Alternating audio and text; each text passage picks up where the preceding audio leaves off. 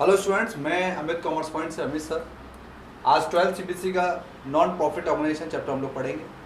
लेकिन इससे पहले जो भी हमने वीडियो बनाई, हम बहुत मेहनत करके बना रहे हैं वीडियो।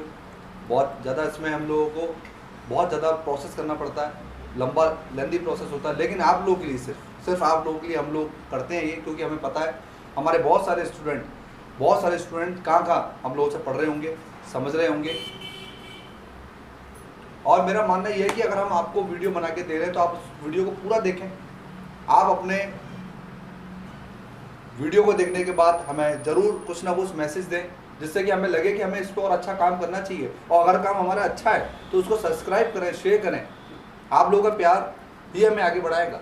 आप लोगों का सपोर्ट, आप लोगों का हमें सपोर्ट अगर हमें मिल रहा है तो यकीनन हम अपने काम में और अच्छा से अच्छा करने की कोशिश कर रहे हैं और हम यकीनन आगे भी करते रहेंगे।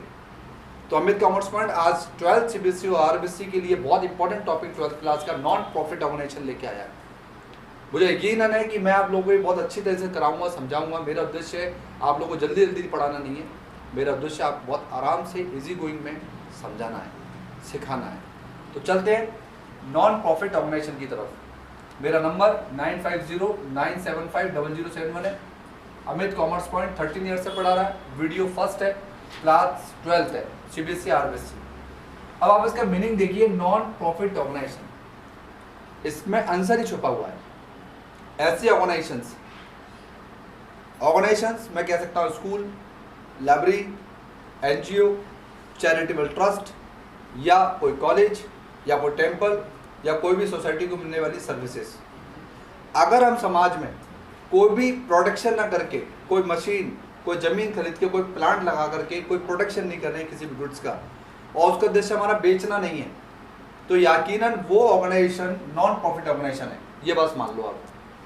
जिस ऑर्गेनाइजेशन में कोई प्रोडक्शन किया जाता है वो नॉन प्रॉफिट ऑर्गेनाइजेशन नहीं है, क्योंकि वहाँ प्रोडक्शन करके माल बनेगा, बनने के बाद तैयार होगा, उसके बाद बेचा जाएगा मार्केट में। कस्टमर उसको परचेज करेंगे, यूज़ करेंगे, पैसा दे के आएंगे। वहाँ उस शॉपकीपर का, होलसेलर का, रिटेलर का सबका प्रॉफिट होता है।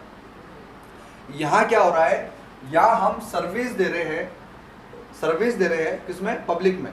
और पब्लिक से जो हमें सपोर्ट मिल रहा है, जो हमें डोनेशन मिल रहा है, जो हमें सब्सक्रिप्शन मिल रहा है, गवर्नमेंट की सब्सिडीज मिल रही है, यही इन संस्थाओं को आगे भविष्य में चलाने के लिए काम आती है, क्योंकि इनको भी चलाने के लिए पैसा चाहिए। पैसा कहाँ से आएगा? इनको डोनेशन मिलता है। बड़े बड़े जो लोग होते हैं वो इन संस्थाओं को डोनेशन करते हैं। जैसे मान लीजिए बड़े बड़े एक्ट्रेस जो पुराने ज़माने के थे, मैं उनकी बात कर रहा हूँ, जो गरीबों की मदद करते थे लेकिन शो नहीं करते थे। आजकल के एक्टर 4 रुपये खर्च करते हैं, 8 रुपये का प्रमोशन करवाते हैं। तो वो डोनेशन जो आप दे करके शो कर रहे हो वो डोनेशन नहीं माना जाता। तो आज हम इसी चीज़ के ऊपर बात करेंगे, meaning of non profit organisation. These are, इसका मीनिंग पढ़ते हैं, these are certain organisations which are form. उनकी स्थापना क्यों हुई है? इन ऑर्गेनाइजेशन की, जितने भी ऑर्गेनाइजेशन की स्थापना क्यों हुई है? नॉट टू अर्न प्रॉफिट, लाभ कमाने के लिए नहीं, बट लेकिन क्यों हुई है? रेंडर दी सर्विस, यानी कि वो सर्विस देंगे और उनके मेंबर ये सर्विस पब्लिक में देंगे। यानी कि जो मेंबर इसमें जुड़ेंगे वो मेंबर सर्विस देंगे और उससे होने वाले जो भी उनको लाभ होगा वो सोसाइटी में ही इन्वेस्टमेंट होगा। कोई भी पर्सनल प्रॉफिट अर्न नहीं करेंगे वो लोग, पहली बात। चाहे हॉस्पिटल हो, चाहे स्कूल हो, चाहे लाइब्रेरी हो, चाहे रिलीजन हो, चाहे इंस्टीट्यूट हो, चाहे चैरिटेबल ट्रस्ट हो, चाहे एनजीओ, चाहे टेम्पल हो, चाहे क्लब हो। लेकिन आज कई जगह इनके मायने बदल गए।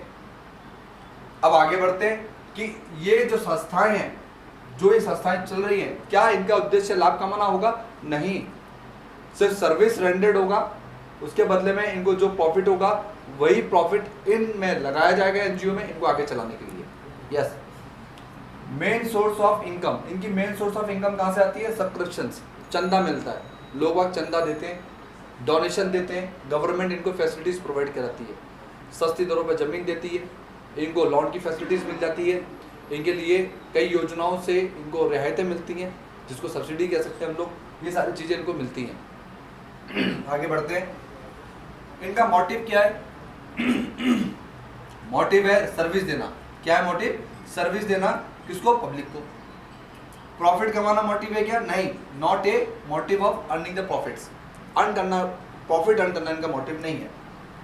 लास्ट एंड फाइनल देखते हैं, कि हॉस्पिटल क्या करता है, मेडिकल सर्विसेज प्रोवाइड करवाता है पब्लिक को, जैसे कि कोई गवर्नमेंट हॉस्पिटल जहाँ पर कम पैसों में, बहुत कम पैसों में या फ्री कह सकते हैं, बिल्कुल इलाज गवर्नमेंट देती है, जहाँ पर कई गरीब तबका जो हमारा अनऑर्गेनाइजेशन सेक्टर का तबका है वो वहाँ जाता है और अपना इलाज करवाता है। स्कूल एजुकेशन देता है, कई गवर्नमेंट स्कूल्स आपने देखे होंगे, कई एनजीओ स्कूल चला रही होती हैं जिन्हें गवर्नमेंट सपोर्ट करती है या जो अच्छी फैमिली से बिलोंग करते हैं, रिच पर्सन, वो सपोर्ट करते हैं और उनको रन करते हैं।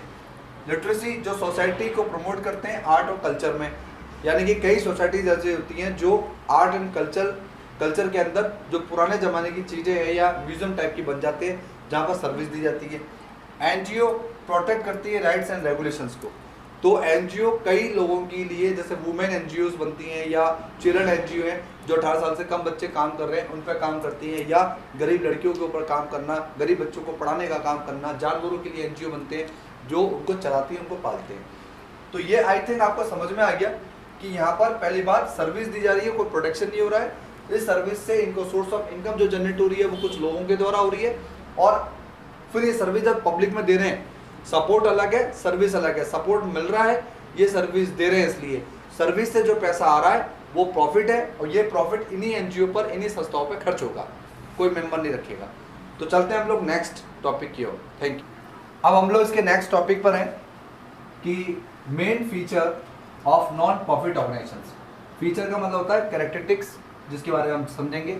देखिए, जो बच्चे मीनिंग को समझ लेते हैं, जो बच्चे मीनिंग को समझ लेंगे वह फीचर्स को समझ लेंगे।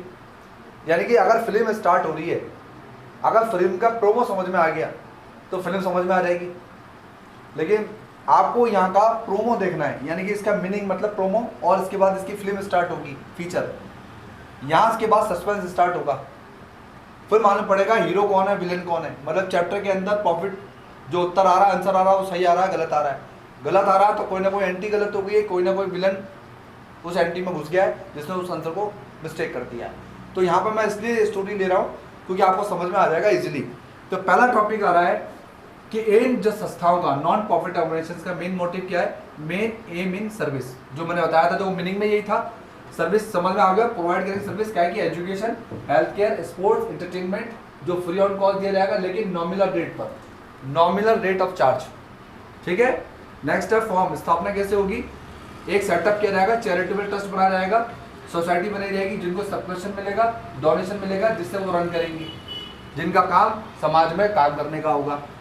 इनका सेपरेट इंटाइटलमेंट होगा, एंटिटी होगी, मेंबरशिप लेनी पड़ेगी, मेंबरशिप का एक चार्ज होगा, वो पे करना पड़ेगा।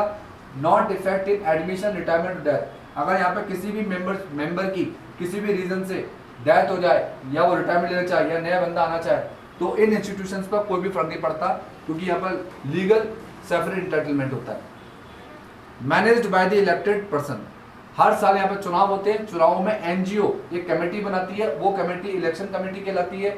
वह इलेक्शन कमेटी लोकल लेवल पर मैनेजिंग इलेक्शन कमेटी सिलेक्ट करती है मेंबर को, उसको वोट दिए जाते हैं, और जो मेंबर वोट में सबसे ज्यादा चुनाव लेकर के आता है, मतलब सिलेक्ट किया जाता है, वह इस एनजीओ का अध्यक्ष बनके, कम्युनिटी का लीडर बनके चलाता है इसको।